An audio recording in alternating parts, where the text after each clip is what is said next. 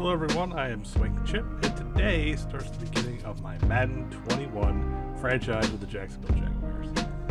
I was originally going to do a Bengals franchise, and then a Lions franchise, but the Bengals was more of a Madden 20 project that never materialized, and the Lions is more of a preseason issue because of some of the things that go on with the Lions franchise.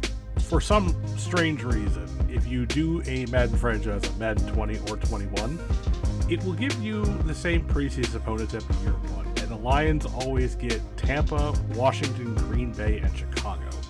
Which, why on earth it's programmed to have one division opponent in the preseason, much less two, and one of them being Game 3, which is traditionally a dress rehearsal game. It killed the vibe pretty hardcore. So anyway, I'm going to do my best to do this rebuild franchise and just give you some of the things Madden does and some of the things that were in previous Maddens that aren't in this, and some things that were taken out and that just doesn't do.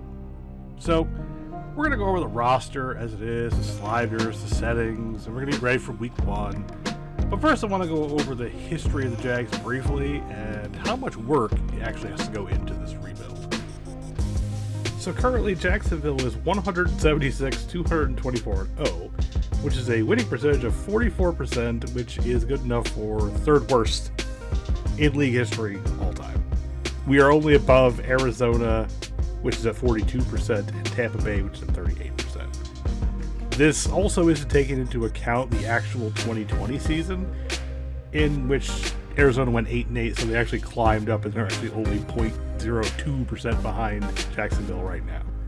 Tampa, even with going 11-5 in real life in the Super Bowl, only raised their winning percentage to 39, but they did start 0-26 as a franchise, so that probably has something to do with it. This is also a record against our division, all three teams. We have a losing record against every single one of them. In fact, the Jaguars only have a winning record against 8 teams. The Ravens, the Bengals, the Browns, Denver, the Raiders, Giants, Jets, and Tampa Bay. So there's a lot of work to do to get this team back to even a remotely competitive standard. Here are our career leaders. Mark Brunell is, of course, the top passer in Jacksonville history. He has every record for all the passing numbers. Running back is Fred Taylor, with the exception of career touchdowns, which is Maurice Jones-Drew. Jimmy Smith holds all the receiving records. Tony Brackens leads the Jaguars in career sacks, and Rasheed Mathis in interceptions. Now, I don't know if we're going to pass any of those, because I don't know if this franchise is going to go that long, but we are certainly going to try. And here we have the single season records, which we will, of course, try to chase down. Now, it's crazy that Blake Bortles had that insane 2017 season where he threw for 4,400 yards and he threw for all these yards and touchdowns. It's kind of nuts.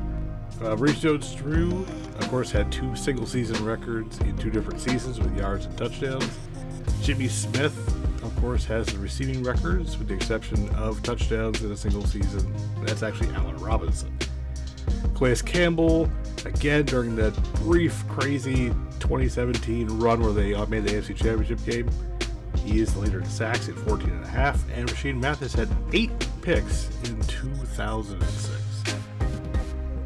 So that's where we stand with all that. Here is the basic overview of the league, difficulty, and all that. I will not be playing with Superstar X-Factor abilities on. I find the abilities to be too cartoony, I guess that's the word. I mean, abilities like Gambler, where the AI can't intercept bullet passes, or Bazooka, where the throwing distance is increased, it's just not realistic to me. Even Truz is kind of a bad one, because it has to make up for quarterback fumbling, which is still an issue in this game, and it was in previous Maddens. So, I don't think there's a need to be playing with X-Factors, and I'm also not going to be doing any of the training, the weekly training. I always found that to be, when I did them offline, or when I was doing franchises, that they were just kind of pointless busy work. They never really had much benefit other than the XP from training. and it never actually helps with game planning or anything, so I'm just going to leave those at bronze. And I'm also doing this league where I technically control all 32 teams, but I'm only going to be playing the Jaguars games, because this is the Jaguars rebuild. This is just to get accurate stats and highlights and all that fun stuff to throw into these videos to make them more entertaining to watch, and just to, just have more content for you. Here are the sliders I'm working with. This is the XP sliders. These are sort of my own sliders because what I found using a lot of other people's sliders and what a lot of people like to do with their sliders is that if you play a deep franchise, you don't get great players. You get a bunch of really good players in these draft classes, but you don't get great players. Players don't really break that 90 overall threshold, and you kind of need those players in the NFL. That just keeps the league going. So these are kind of boosted to simulate some organic growth that we can have as we move forward, depending on how long we go with the franchise itself. So these are the gameplay sliders. These are mostly Matt 10 from Operation Sports forums. I'll link to his actual sliders themselves in the description, but I've tweaked mine a little. We are playing on all Madden, and really these aren't one size fit all. People can tweak them to their heart's desire. You can use his as a base and just set yours. That's kind of what I did. So that's kind of what sliders are for. They're kind of to customize your experience, so that's why I like them. But these are going to be what we're going to play with. So it shouldn't be too crazy, and hopefully it gets pretty realistic, but we'll see what happens. And we obviously can make changes as the season and the franchise progresses. Moving on to our team breakdown. The quarterback is Gardner Minshew, who is what he is. He's a below average quarterback. And quarterback's going to be a big need for us moving forward unless we see great improvement from Minshew during the season. Even then, we still need probably to address quarterback in this draft. I have created my own draft class to start the first season, and I will probably do it for the second season. So there is no Trevor Lawrence coming to this franchise. I do like to create my own version of the league, and this allows me to do it. It's a lot of work, but it's worth it. Anyway, back in Minshew is James Luton, working for Oregon State. He looks like a project at a 60 overall, and then hopefully things do not get desperate enough that we have to put Mike Glennon on the field, but he is on the roster as the third quarterback. We may just end up releasing him, but for now, Minshew is far and away the best quarterback that we have, and it could get very, very ugly if Luton has to see the field or Glennon has to as well. So running back is sort of a fresh start after the Jaguars traded away Leonard Fournette. So we now have rookie running back James Robinson out of Illinois State. He's going to be the primary running back, but we may also look to add to this position in the draft, despite drafting Robinson last year, as we have Chris Thompson on the roster, and he's more of a receiving back, but he's also 29. We have Dare Ogunbowale, an undrafted rookie out of Wisconsin, who's more of an outside runner, so he may have a place on the team as we move forward with an offensive game plan to figure out what we want to do. But we do have a few running backs that we can look at, and we're going to get a very clear picture of what we have moving forward with this franchise. Wide receiver is one of the positions I'm most excited about. Having DJ Chark, D.D. Westbrook, Laviska Shenault out there, Keaton Cole's a decent talent, Chris Conley is basically the veteran, but he's only 27, just like Cole. And Colin Johnson is a big body receiver out of Texas, that he should be able to get some snaps in the red zone and possibly in short yards if we just gotta have a fade route. Right. But all these guys are talented, and this may be the best and strongest position that we actually have. But, I'm not above drafting receiver. It just won't be high on the list. So now we move on to tight end, and that's a bit of a concern as Tyler Eifert is the main tight end. And obviously throughout his career he's had a litany of injuries, despite only being 29. But when he's healthy, he can produce, and he will be getting a large volume of targets, providing that he stays healthy. James O'Shaughnessy is a decent tight end, I guess, but I'm actually feeling better about Josh Oliver and Tyler Davis's depth and players to develop as we go forward. The offensive line on paper is pretty good.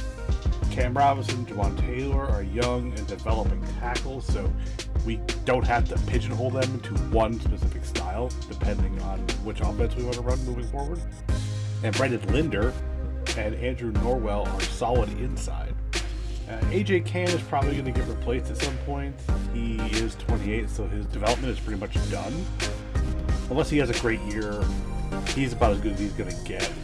We do have a massive depth issue, so if any of these linemen go down, they will at some point, but we'll be at a massive disadvantage.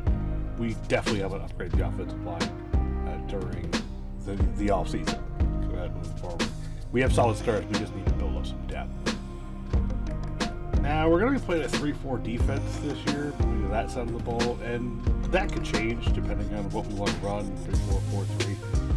The front four, however, is really just Josh Allen and a bunch of players. None of them are really impressive, though the Jaguars did draft Kayvon Chaisson, and he is an interesting project, a second-round pick. He made a bunch of plays at LSU, and time will tell if he can develop into a good pass rusher for a long time. So that'd be a pretty good 1-2 punch on either side. But the defensive tackles are a big question mark. We will be starting both Devon Hamilton and Doug Costin, so we have two rookies in the middle. And then we have Taven Bryan, who he doesn't really pop on the stat sheet, but he can push the pocket. There will be a basic rotation on rundowns, though none of them at this point are suited to be pass rushers, so we might have to look into switching those guys around. But maybe Taven Bryan can do it, but for right now, it's kind of unknown. Linebackers are, again, a huge question mark outside of Miles Jack. Jack is the best player on the team overall, and he is far and away the best linebacker on the team. He is the 3-down linebacker, and we will need him, and probably want to try to keep him around for a long time. The other linebackers, it's not very impressive. Joe Schobert was given a huge deal, which I was not a fan of, and he's going to be in the middle. And he's a great tackler, but he doesn't really provide much as far as anything other than being a run stopper. That's kind of the issue, is that we need people who can do more than just stop the run. We need people who can defend the pass, and that's not Joe Schobert's strength. It's tackling. But we don't really have depth either. That's not really good. We have Leon Jacobs.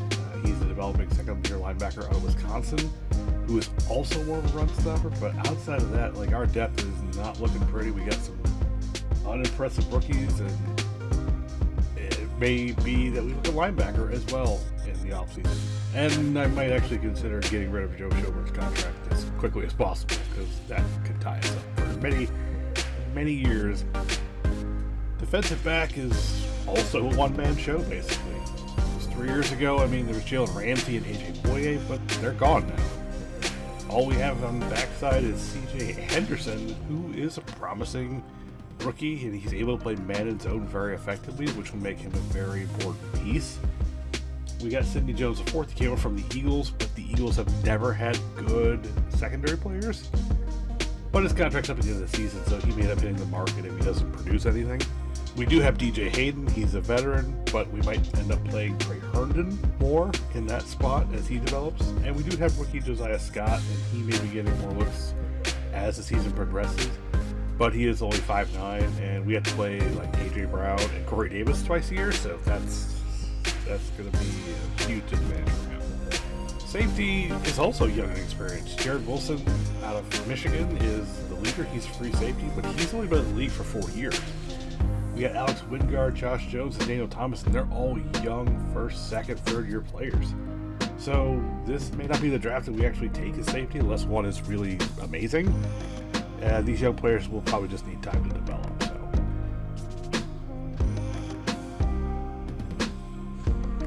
Josh Lambo and Logan Cook are their kicker and punter. Lambo came over from the Chargers a couple years ago, and the Jaguars drafted Cook in the 7th round in 2018. I don't think, unless Lambo isn't as reliable a kicker, that we need to make any replacements here. That's just what it is. Then there's head coach Doug Marone. He probably should have been fired last year, But he's with the team. He's not really anything special as a coach. He's a good fit training offensive lineman, but overall he's been a big disappointment. So he's on the hot seat, and depending on how well or how badly the team does, he'll probably be moving on from it. So I know that was a lot of information we just went over, and it's been like 15 minutes, so I'm going to wrap this video up. I'm actually done for a little bit. All I'm going to do is get to our Week 1 preview right now.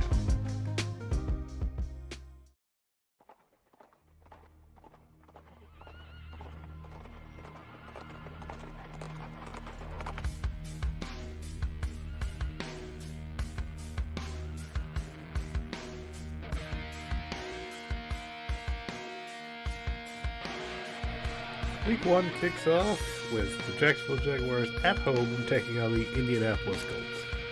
The Colts are a very good team, led by Phillip Rivers, who came over after so many great seasons with the Chargers, and they're solid all over the field. They have 3 good running backs. They have T.Y. Hilton and Michael Pittman.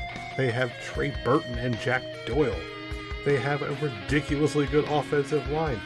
It's not like he has a shortage of weapons, and they have the best guard in football in Quentin Nelson, by the way. And their defense got even better with the addition of DeForest Buckner. Chris Leonard is an all-pro level linebacker. Justin Houston is still a solid pass rusher. And they have a good secondary with Malik Hooker as well. This will not be easy. We will have our work cut out for us. But we are at home, new season, new energy. So we'll see if we can actually pull off what looks to be a major upset. I do take into consideration that division games are not gimmies, and in fact I always will tell you in real life that records don't really matter, and it doesn't matter who's better on paper when it comes to a division game. I always believe that anything can happen.